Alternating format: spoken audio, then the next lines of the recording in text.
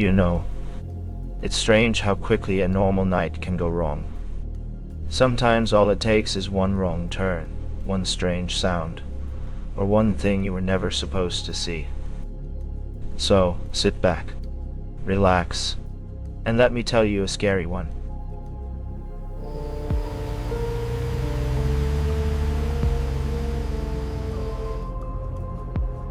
I needed money. I think that's how every bad decision I've ever made starts, but this one was different. I was 24, living in a studio apartment that smelled like mildew and regret. And I had just gotten fired from a warehouse job for showing up late 3 times in 1 week. My buddy Derek hooked me up with this gig at a funeral home on the edge of town. He told me the pay was almost double what I was making before, and all I had to do was work the night shift. I asked him what exactly night shift meant at a funeral home, and he said, basically you just sit there, answer the phone if it rings. If a body comes in, you help the driver move it to the cooler. That's it. I figured, how hard could it be? I've never been squeamish about dead people. My grandpa's funeral was sad, sure, but the body just looked like wax. I didn't believe in ghosts or any of that crap. So I took the job. The place was called Holloway and Sons Funeral Home. But there were no sons. Just Mr. Holloway, this 70-year-old guy who smelled like menthol and old carpet. He interviewed me in his office, which was covered in pictures of people I assumed were happy customers, except they were all alive in the photos, which I realized later were just thank you cards from families. He told me I'd be working alone from 8 p.m. to 6 a.m. He said most nights, absolutely nothing happens. But then he leaned across his desk and looked at me with these watery gray eyes and said, "If you hear anything from the back rooms after midnight, do not investigate. Write it down in the logbook and wait until morning." I almost laughed. I honestly thought he was just a weird old man who spent too much time around corpses. I told him no problem. My first night was a Tuesday. I showed up at 7:45 and Mr. Holloway gave me a quick tour.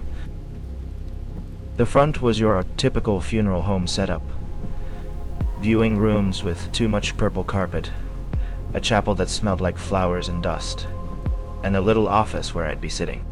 Then he took me to the back, the prep room. It was all stainless steel and tile, with this huge embalming table in the center that had grooves in it for drainage. I tried not to look at the instruments laid out on the tray. Along the back wall were the coolers, 3 heavy steel doors that looked like industrial refrigerators. He opened one. Inside were 2 gurneys with bodies zipped up in black bags. The air that came out smelled like chemicals and something else I couldn't place. Sweet, but not in a good way. He closed the door and said, 3 in the cooler right now. Don't touch them. Don't open the doors unless the diner tells you to. Just sit up front and relax. Then he left. For the first few hours I was living the dream. I brought my laptop, watched Netflix, ate a sandwich. The building was dead quiet, pun not intended. Around 11:30 I got bored and started walking around. I checked the viewing rooms, peeked into the chapel. Everything was normal. At 11:45, I decided to do a walkthrough of the back hallway. The prep room door was closed. I opened it and flicked on the light. Nothing had changed. The embalming table was clean and empty. The coolers were shut. I counted them again just to be doing something. 1, 2, 3. I went back to the office. At 12:18 a.m., I remember because I looked at my phone. I heard a thump. It was muffled, but it definitely came from the back of the building. I paused my show and sat there listening. Nothing. I figured it was the ice maker in the cooler. Old buildings make noise. I went back to my show. 5 minutes later, I heard it again. Then a sound like dragging, like something heavy being pulled across tile. My first thought was that someone had broken in. I know that sounds stupid. Who breaks into a funeral home? But that was more logical to me than a ghost. I grabbed a heavy flashlight from the desk drawer and walked to the prep room door. I stood there for probably a minute, just listening. I didn't hear anything else. I opened the door. Prep room was exactly how I left it. The lights were off, but the emergency exit sign cast this green glow over everything. I flicked on the overhead lights. The table was still empty. The coolers were still shut. I walked over to them and counted. 1, 2, 3. I put my hand on the middle cooler door and listened. I could hear the compressor humming. That was it. I felt like an idiot. I went back to the office, but I left the hallway light on. I'm not proud of that, but I did. Around 1:30, I started dozing off in the chair. I had another 3 hours before the diner came in to start the morning prep, and then I was struggling to keep my eyes open. That's when I heard the phone ring. It was the landline on the desk, this old black phone that I honestly didn't even know was connected. I jumped and knocked my soda onto the floor. I grabbed the receiver and said, "Holloway and Sons." There was static on the line, then a voice. It was Mr. Holloway. He sounded out of breath. He said, "Are you still in the building?" I told him yeah, of course, I had 5 more hours on my shift. He was quiet for a second. Then he said, "Don't go into the cooler room. I'm coming back. Lock the front door and stay in the office." I asked him what was wrong, but he had already hung up. Now I was fully awake and honestly a little pissed. I didn't sign up for this kind of drama. I figured maybe there had been a break-in earlier, and he forgot to tell me. Or maybe one of the families was crazy, and trying to steal jewelry off a body. Either way, I did what he said.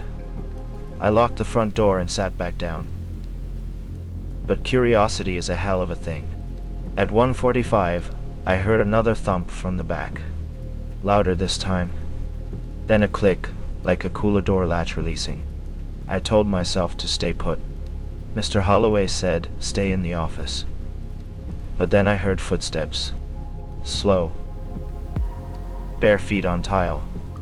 Coming from the prep room, down the hallway, toward the office. I want to be clear about something. I was not imagining this. I was not sleep deprived. I had maybe drifted off for 2 minutes, but I was wide awake now.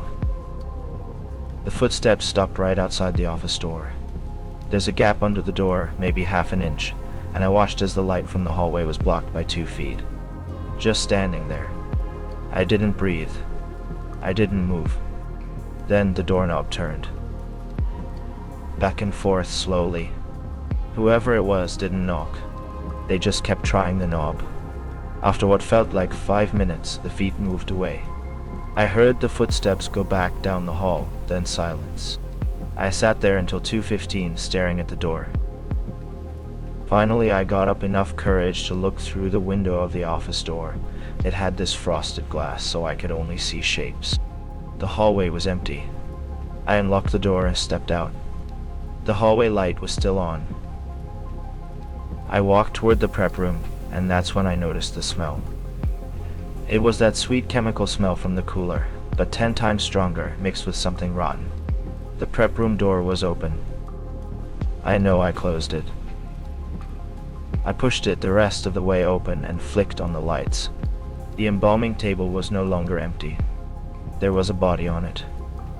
Unzipped from the bag, it was an old man I recognized from one of the toe tags. Mr. Kessler, 82, heart failure. But he wasn't just lying there. He was positioned like he was sitting up, propped against the raised head of the table. His eyes were open. His mouth was open. And his hands were folded in his lap, perfectly, like someone had arranged him for a viewing. But I hadn't done that. No one else was in the building. I should have run right then. I know that. But I was so confused that I actually took a step closer. I kept thinking there had to be an explanation. Maybe the diner came in early. Maybe Mr. Holloway came back. But the front door was locked, and I would have heard him. I was 10 feet from the table when I saw the toe tag. It was blank. The tag that had said Kessler earlier was now just a white plastic strip with nothing on it. And then I looked at the face. It wasn't Mr. Kessler anymore. I don't know how to explain this without sounding insane, but the face had changed. The features were looser, like wax that had started to melt and resettle. The eyes were looking at me. I backed out of that room so fast I tripped over my own feet. I scrambled up and ran to the front door. I fumbled with the lock and got outside. I didn't even close the door behind me. I got in my car and I drove home. I didn't call Mr. Holloway. I didn't call the cops. I just drove. The next morning around 9 a.m., Mr. Holloway called me. I almost didn't answer. When I did, he didn't ask why I left. He didn't mention the body on the table. He just said, "You don't need to come in tonight. Or ever." I asked him what the hell happened. He was quiet for a long time. Then he said, "That building has been in my family for 60 years. We don't ask certain questions because we don't want certain answers. You understand?" I told him I didn't understand at all. He said, "The night shift isn't for watching the building. It's for keeping them company. Most nights they just sleep. But sometimes one of them wakes up confused. They don't mean any harm. They just get restless." Then he hung up. I never went back. I never picked up my last paycheck. I drove by the place about a month later just to see if it was still there. It was. But the sign was different. It just said Holloway now. I looked in the front window and standing in the lobby, looking out at the street, was a man in a dark suit. He was too far away to see his face clearly, but I could tell he was smiling.